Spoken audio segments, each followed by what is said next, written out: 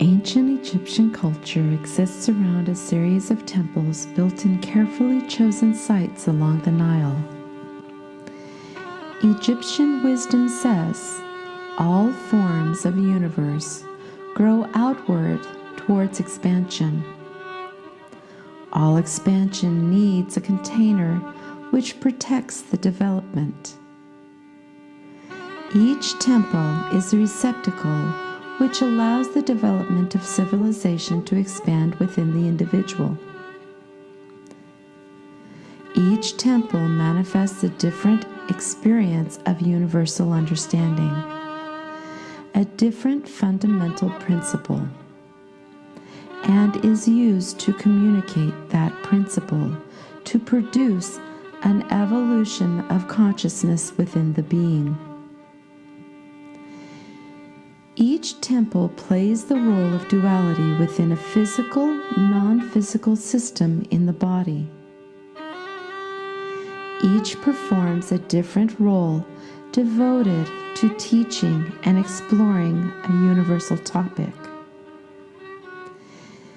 In this way, we can move beyond the hypnotic influences of duality.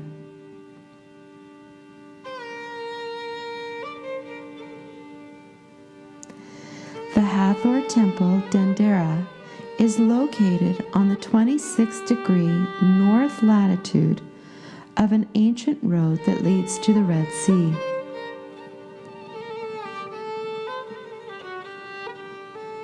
The New Year's ceremony takes place each year on a starry evening of summer solstice. This is called the dawn of civilization.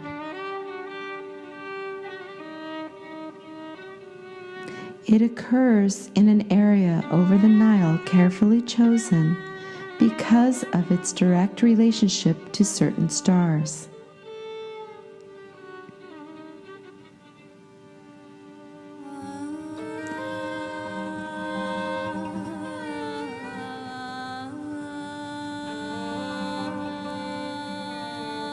The Pharaoh of Egypt and the wisdom keepers of the mystery school of the eye locate a group of stars over the north pole of the planet. They call it the constellation of credit, and its symbol is a red hippopotamus mother. Currently, we call the same group of stars Draconis, and its symbol is a dragon serpent. This is the constellation for both the North Node and the South Node in astrology.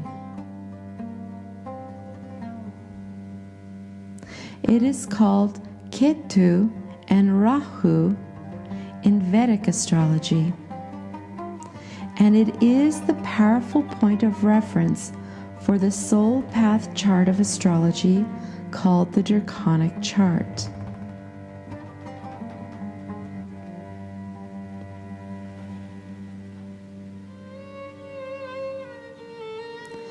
The most brilliant of all stars is Alpha Draconis.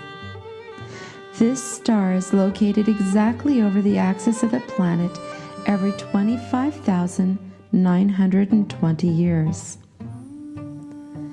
The current lunar south pole is Delta Doradus, and the north pole is Omicron Draconis.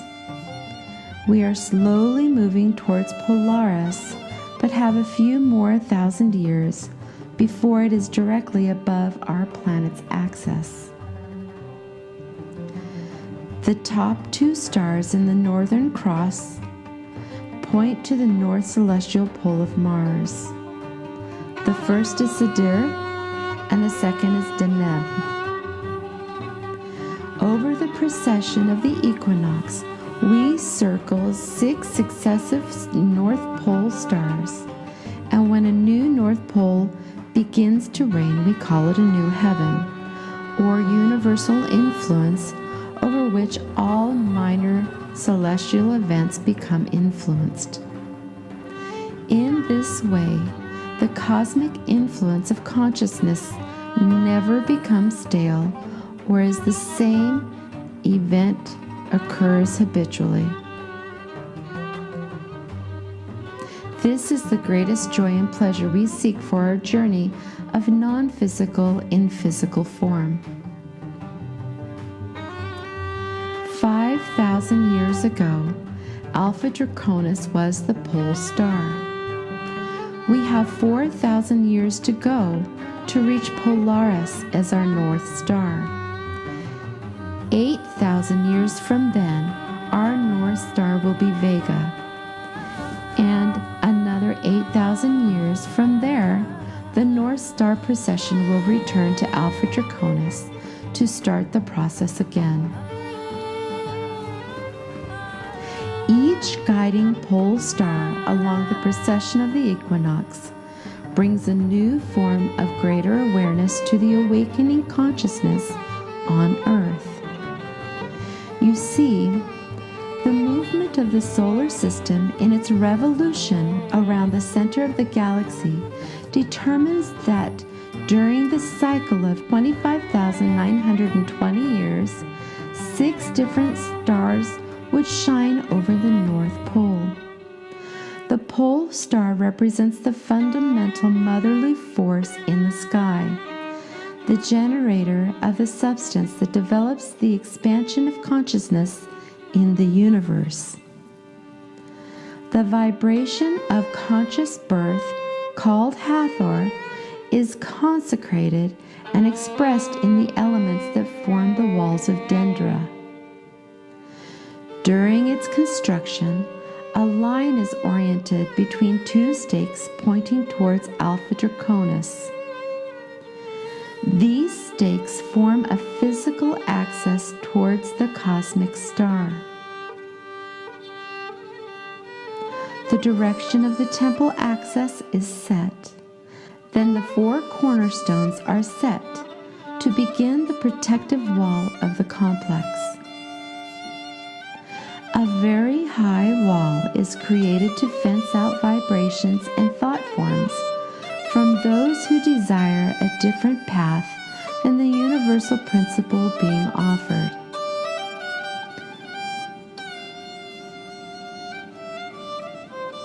In the principal door located northward, the last series of aligned doors departing the temple frames the sky segment where Alpha Draconis appears. This makes Alpha Draconis easy to find for the wisdom keepers who systematically register movements during the night celebration of the dawn of civilization. That same night, but facing west, they locate another star at 90 degrees to the previous one. It is called Sirius and is a symbol of Isis in the sky. There is a second temple built in her honor with its axis and the second door in the wall of the Dendera complex aligned in the star's direction. The door of the temple of Isis frames the section of sky where Sirius travels with the sun, trailing her, and appears on each 21st day of June. On the day of the summer solstice, the wisdom keepers record the movement the stars made in the precession of the equinox. They study the process, experiencing the energies of the moon's effect on each constellation, and embedded the secret wisdom in pictures, not words, on the walls of Dendera, so that it would be felt and experienced, not logically formed as opinion. Sirius, the symbol of Isis, is called the dog star because it follows the Orion constellation. The reappearance of Sirius in the sky after being hidden for 120 days marks the first 40 days of the first season of water, the flooding. Sirius is very important because of its use to divide the year into 3 periods called tetramends. Each tetrament has 4 eras with 3 weeks, each week being 10 days. The New Year's festivities begin when Sirius reappears in the doorway of Dendera. After 40 days, the star disappears from the doorway. This calendar and the synchronizations of life with the sun and the stars are so crucial that in ancient history, the pharaohs, upon assuming their high roles, had to swear never to change the dates of the calendar. The summer solstice appeared each year, and upon entering Dendera for the ceremony, the visitor passes a series of columns which frame the north door. These columns are enclosed in the massive walls which protect the temple.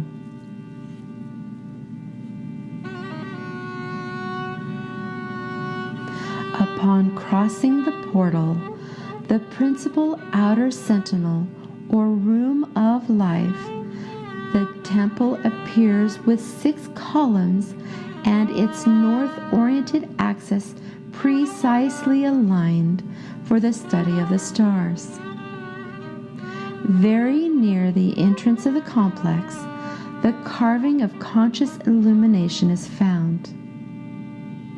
It depicts the birth of Horus from Isis and his father Osiris. Its carved love scene shows Isis and Osiris, the birth of their son Horus, and the presentation of the child. The scene is of birth of the boy into material form. Over each of its columns is the protector of pregnant women that favors the birth of children.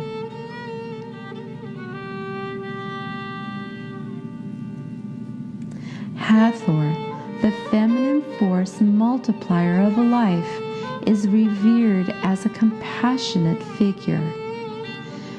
People travel long distances to awaken inner consciousness.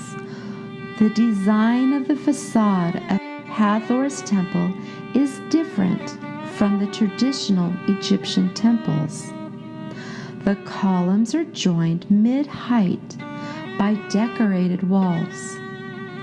The 18 columns of the Room of Life support a very high roof carved with information about the stars and their movements. Symbolically, the sky was supported by Hathor's columns. Each column has the form of the sistrum, the sacred instrument that induces vibration.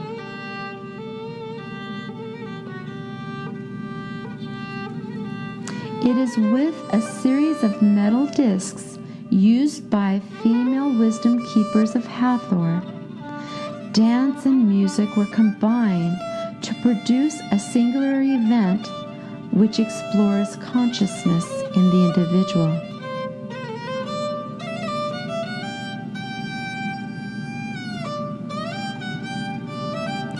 On top of the columns, 4 faces of Hathor look towards each cardinal point of cosmic space, symbolizing her force supporting the astrological force of change present everywhere in the world.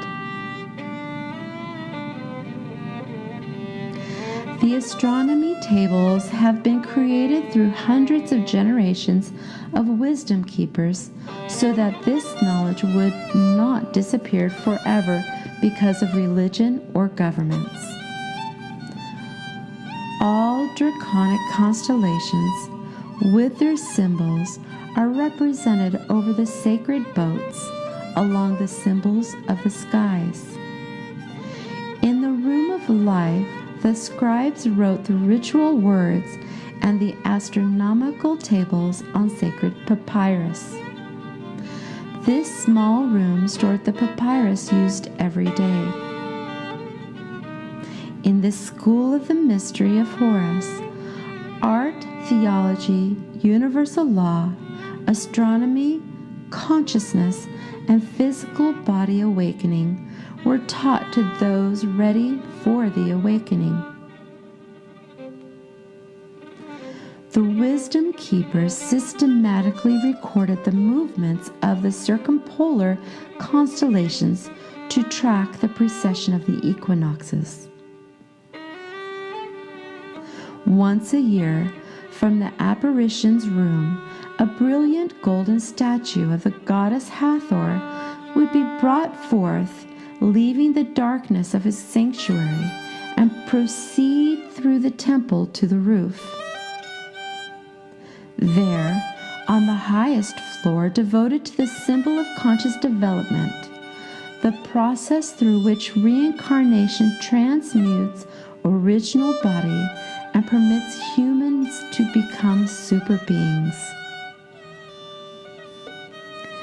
The famous Dendera zodiac illustrates how this evolution of consciousness occurs while the solar system orbits around the center of the galaxy.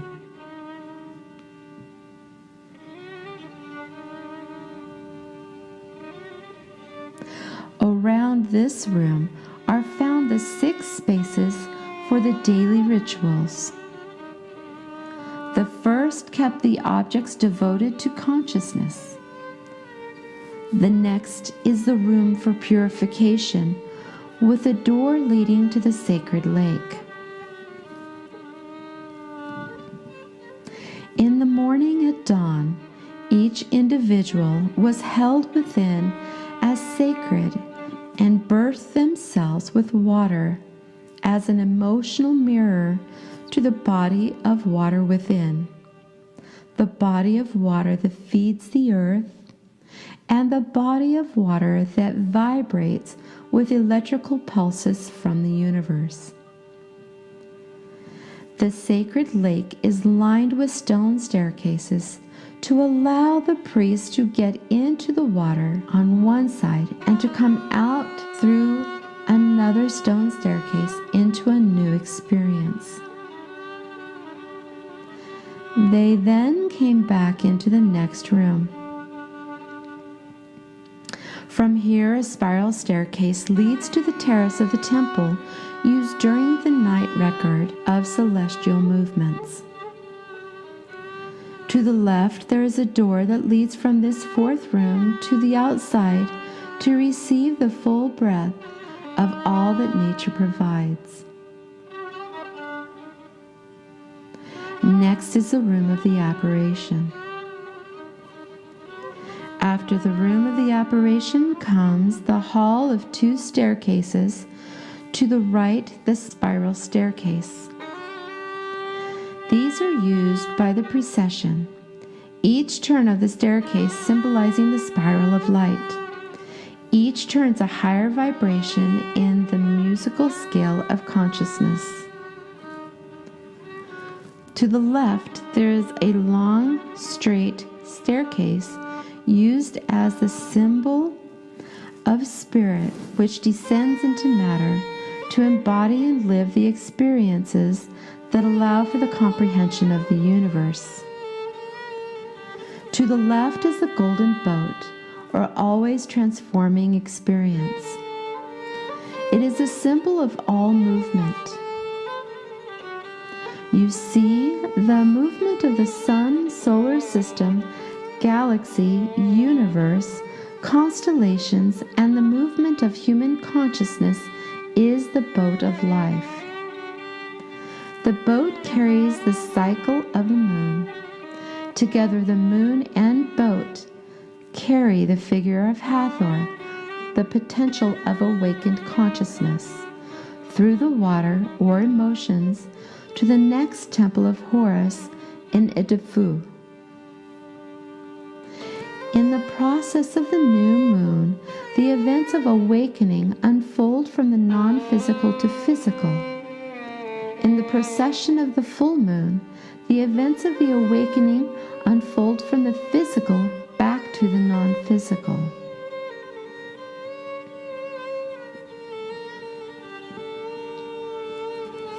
Deeper into the temple, it becomes darker, the ceilings get lower, and the doors more narrow. The floors rise up to allow the individuals to clearly see the star Alpha Draconis. Finally, in the deepest part, aligned with its axis in the heart of the temple, the most sacred space, the inner experience of the Philosopher's Stone, the awakened self.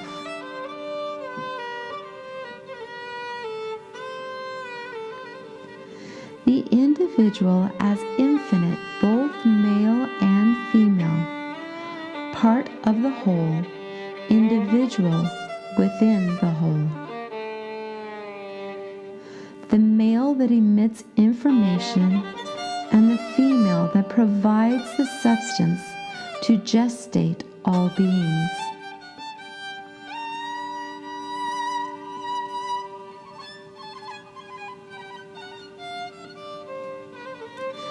There are three names to the masculine part of the infinite.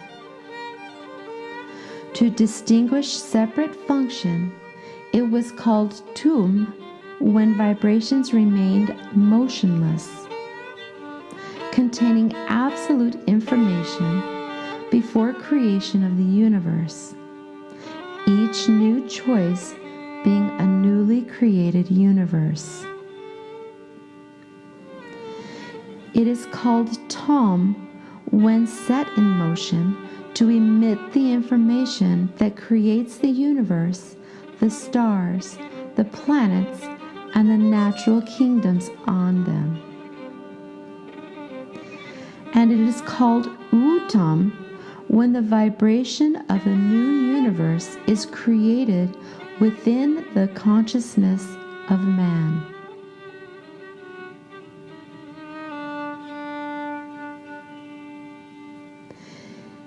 In the same way, the feminine part also has three names.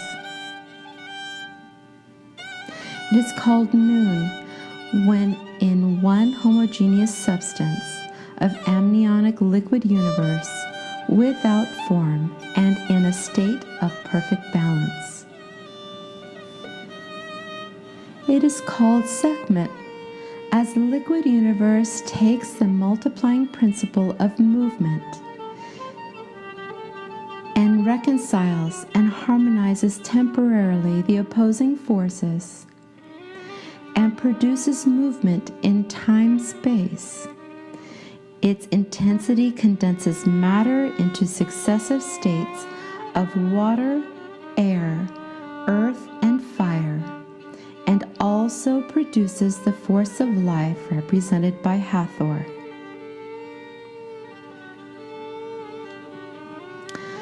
The substance multiplies consciousness to experience space-time.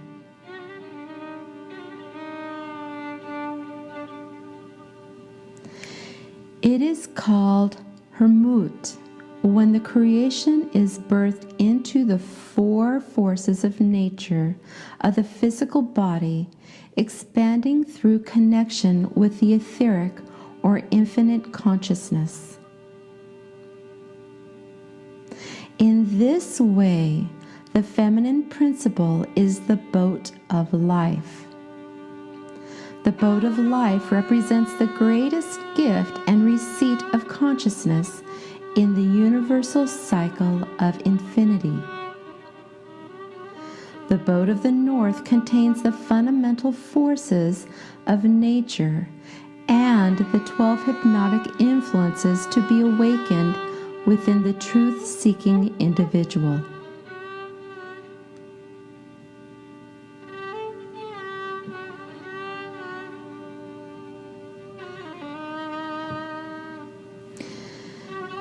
Here, an intake vestibule accesses a series of vibrational rooms set against the exterior walls of the temple, devoted to the fundamental vibrations. These vibrational rooms have sacred symbols carved on the exterior walls of the temple to connect the inner and outer worlds of the individual's experience. The carved symbols also on the exterior wall and the two connecting vibrational rooms to the left contain figures which harmonically resonate with one particular fundamental force or vibration, along with the musical system used in the awakening within the site. The four vibrational rooms to the right contain the vibrations of Horus, Sokar, Pisces, and the gnome of Dendera.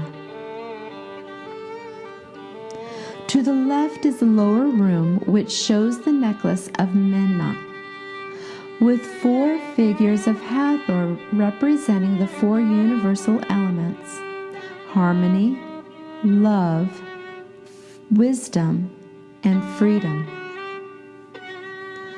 Under the floor of this room is stored the most sacred and secret revelations of the temple. These rooms hold mysterious carvings of Horus handling a lotus flower blossom with a serpent in its interior. The flowers can be found in fundamental nature and universe to illuminate the interior chamber of the human self, to construct the pathway of darkened self to enlightened self.